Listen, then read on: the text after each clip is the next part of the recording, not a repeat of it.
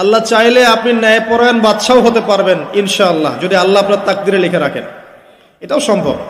চলে আসেন আরশে আজিমের পরে আল্লাহ পাক সৃষ্টি করেছেন কলম, এবং কলম সৃষ্টি করে আল্লাহ পাক পুরো মহাবিশ্বের তাকদির লিখেছেন। পৃথিবীর শেষ দিন পর্যন্ত কি হবে না হবে খুঁটিনাটি বিষয়, এত খুঁটিনাটি যে আল্লাহ পাকের ওই লিখার বাইরে পৃথিবীতেও কোনো আযাব গজব আসে না। যা লিখা আছে ওটাই আসবে।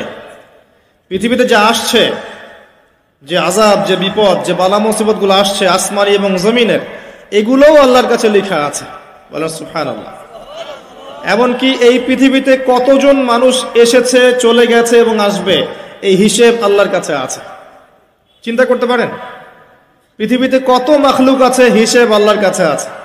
এই মহাবিশ্বে কত গ্যালাক্সিজ আছে, গ্রহ নক্ষত্র আছে, আল্লাহর কাছে হিসেব আছে।